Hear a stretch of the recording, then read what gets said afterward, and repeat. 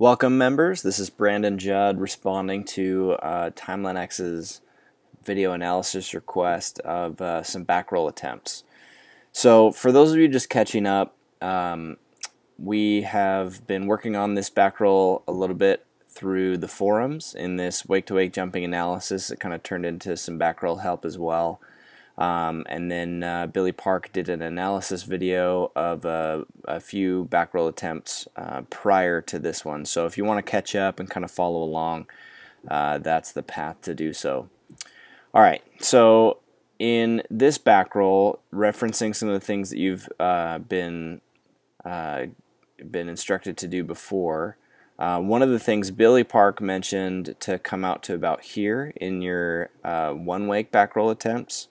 On your edging position, your edging distance between the wake. And since this is just a one wake jump, like he mentioned before as well, you won't need as much speed coming in. So there's really no reason to come out here that far. The reason a lot of people do this is because they feel like they need a nice long swinging approach and a big runway to accomplish the back roll, but you really don't. I mean, you could stand pretty much right at the edge of this foam and just load one up real quick, especially one wake.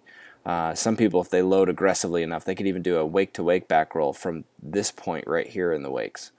So don't feel like you need to go out there. I know it's kind of a rhythm thing that makes you feel comfortable, but at the very least, you should be bringing it in another 3 or 4 feet for your one wake attempts. This is just so long. It's going to be so hard for you to hold your edge back so that you can edge your hardest at the wake.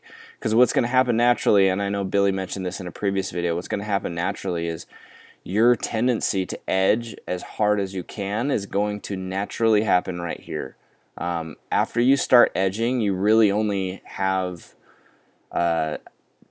maybe 10 feet of edging time before you kind of fall back. And I don't know if you'll notice when you start edging is you feel like your upper body weight, your shoulders are kind of falling back against the rope, and you only can slow that down and delay it for so long. The longer of a runway you give yourself, the harder it is for you to delay that falling back onto your edge feeling, it just puts yourself in a position to make it hard on yourself instead of easy on yourself. So by moving it in, it will actually help you get more aggressive at the wake and load it up a little better. So let's watch this on your load in particular. So you come in nice and mellow, which is good. I do like that you coast in on that. And then you start to edge harder later. But there's no urgency. You're kind of just really mellow edging, but then you do start to load up a little bit right here, which I do like a lot. I would just like it to be loaded a little harder, and I think that by not edging out quite so wide, it will encourage you to feel like, oh man, I really got to get on this edge. I don't have much room, and that mentality will help you load up the edge even harder than you are right now. The wider out you go, the more kind of lackadaisical it will encourage this to be. So what I would say to do is shorten that edge up, and it will make this position when you're edging like a lot harder. Because right now, you have done a really good job and trained yourself to save your hardest edge for right here before the wake, which is fantastic. I just need it to be a little harder, and so that's why a slightly shorter approach on these one wake attempts is going to make the edging position right here be harder. I know it sounds backwards and it's kind of counterintuitive when you think, edge shorter to edge harder, and it feels like you should edge wider to go harder. So it's a little backwards when you at first glance, but then when you think about it and when you practice it, you'll find that you do edge a little harder here. So that being said, your back roll looks really good in height. Your edge is good. I would just like it a little harder. And your landing, your board is squared up to the boat. Like your both toes are kind of pointing at the boat when you land. So let's watch that again and pay attention to where your board is when you land. So it looks like you're really committed to having 2 hands on the handle the whole time. And then you load, and that's a great load, great pop, great back roll. And then right here, you got both hands on the handle real hard, and then the rooster tail is kind of blocking us, but your board is pretty much pointing straight across the wake still. And this causes you to fall back. That little red stripe is the bottom of your board for those at home to notice. This is his whole board down here. I'll try and draw like a little circle around it so you can see after I finish recording this. So you'll see that the board is still pointed really aggressively in the direction of your landing. And that will cause you to lose traction and kind of fall back on your heels really hard. So let's talk about how to fix that. Now that we've kind of mentioned some of the fixes on your approach, which I think is a real simple fix, you can get that done real easily. But this part might actually creep in. Even if you did that initial part correctly, you may still experience some issues here. So it sounds kind of weird, but the key to that is to not be married to the fact that you have two hands on the handle and to try to over-rotate the flip. Now, a lot of people think they're over-rotating the flip when they land back over their heels, when in fact they're actually under-rotating the flip. So let me show you a couple examples here. Once we get over to Kyle's back roll. So actually, this is the view I wanted. I think Billy showed you this view, but I want to talk about some different things here. So Kyle, at his peak, he'll feel that he has started his rotation and kind of over-rotated a little bit. So right here, he can sense, he's got so much awareness, he can kind of sense that he's going to over-rotate. So what he does is he drops his back hand, he lets go with this hand, and he opens up his arms and kind of opens up his body and extends his body to slow the flip down. So you'll see him start to let go of the handle, start to really open up. You see how he's getting really tall and open again? And the reason for that is to slow the flip down because it started off really fast. But then watch what the result is when he, you'll see that's when he's kind of at his most open spot to try and slow it back down. But you'll notice the position the board is in.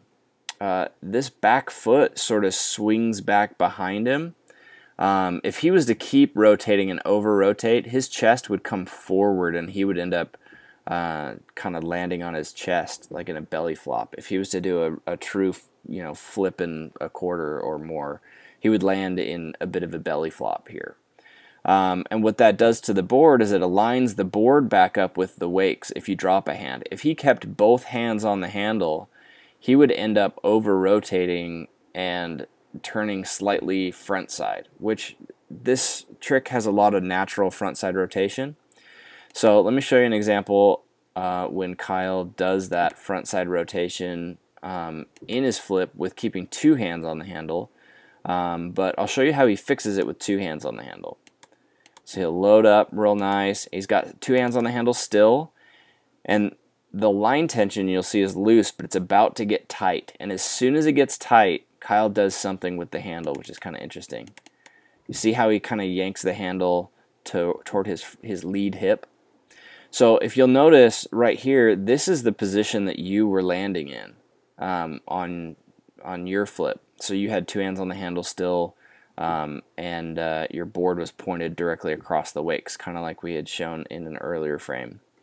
Now, if Kyle doesn't pull the handle a bit to his front hip like this, or if he doesn't drop a hand like in this one, what will happen is the tail of the board will still stay kind of on this side if he doesn't do one of those two correction things, because this flip naturally has about 90 degrees of front side rotation just kind of inherent in the flip. It just sort of is the way that the rotation happens. It puts you in this position. If you do absolutely nothing, you'll end up right back here. So Kyle has pushed the handle a little bit, and what that does is it swings the tail back underneath him. So watch how the tail of the board swings back underneath him a bit. And it's hard to see from this angle, but his front foot is leading in front of his back foot, hence the spray kind of covering it right here. And he's landing almost on the balls of his feet here. I know he's still slightly on a heel side edge because he's traveling away from the wakes.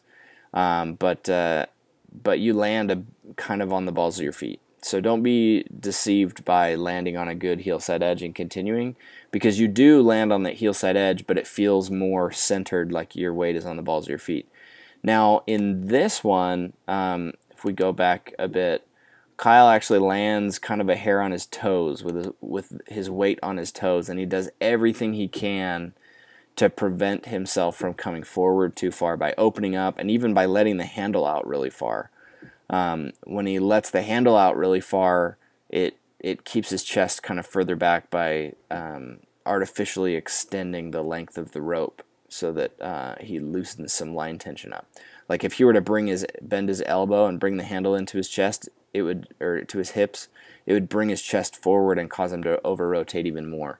So those are just some of the physics behind how to speed up your flip and how to slow your flip down.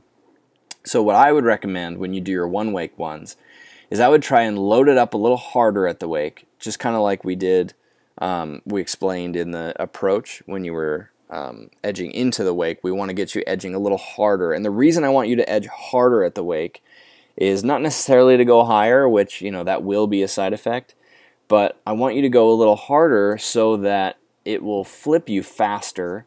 And by flipping you faster, and this doesn't have to do with lateral travel and speed, I don't care about that at all. I care about how much pressure the wake is pushing against your board so that it can push the board away from you, and it will swing the board in this kind of circular motion here.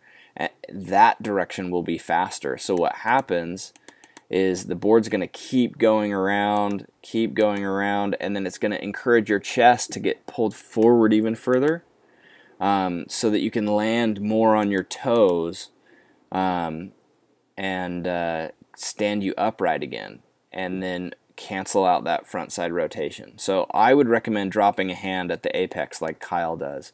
So you'll keep your two hands on the handle all the way through most of the tight line tension, and then as you spot the water, you'll drop your backhand and you'll allow your lead hand, or your left hand if you're left foot forward, you'll allow that to kind of drop back down toward your left hip. You see how it kind of dipped back there, and it's not, you don't really have to think a ton about pushing this handle in one direction.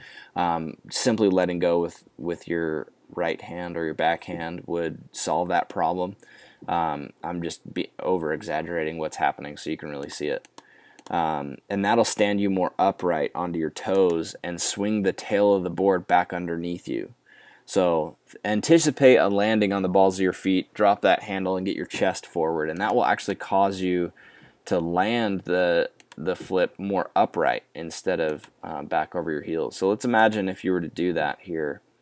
So again, you come in two hands and you don't edge too hard. And then right here, see how this position, let me see if I can line that up just to over exaggerate my point.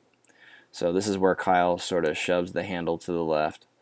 So look at your body position. See how your body position here is very, very similar to Kyle's body position here. That's the idea, is I want you to really fix that and over exaggerate by over flipping. So this is Kyle on a really pretty normal amount of flip, and then this one he over rotated and saved it. So I want you to drop that hand, get your chest over your toes, and then you'll have the tail of the board will swing underneath you a little more, and you'll be stood back upright. That about does it. Hopefully I didn't bore you by going over it too many times, but I just really wanted to show as many scenarios as possible to help you really grasp this concept. And if you have questions, you can hit us up in the description, underneath the description in the comments, and then from there we can work on another video if we need. And we appreciate you submitting that video, and thanks for being a member.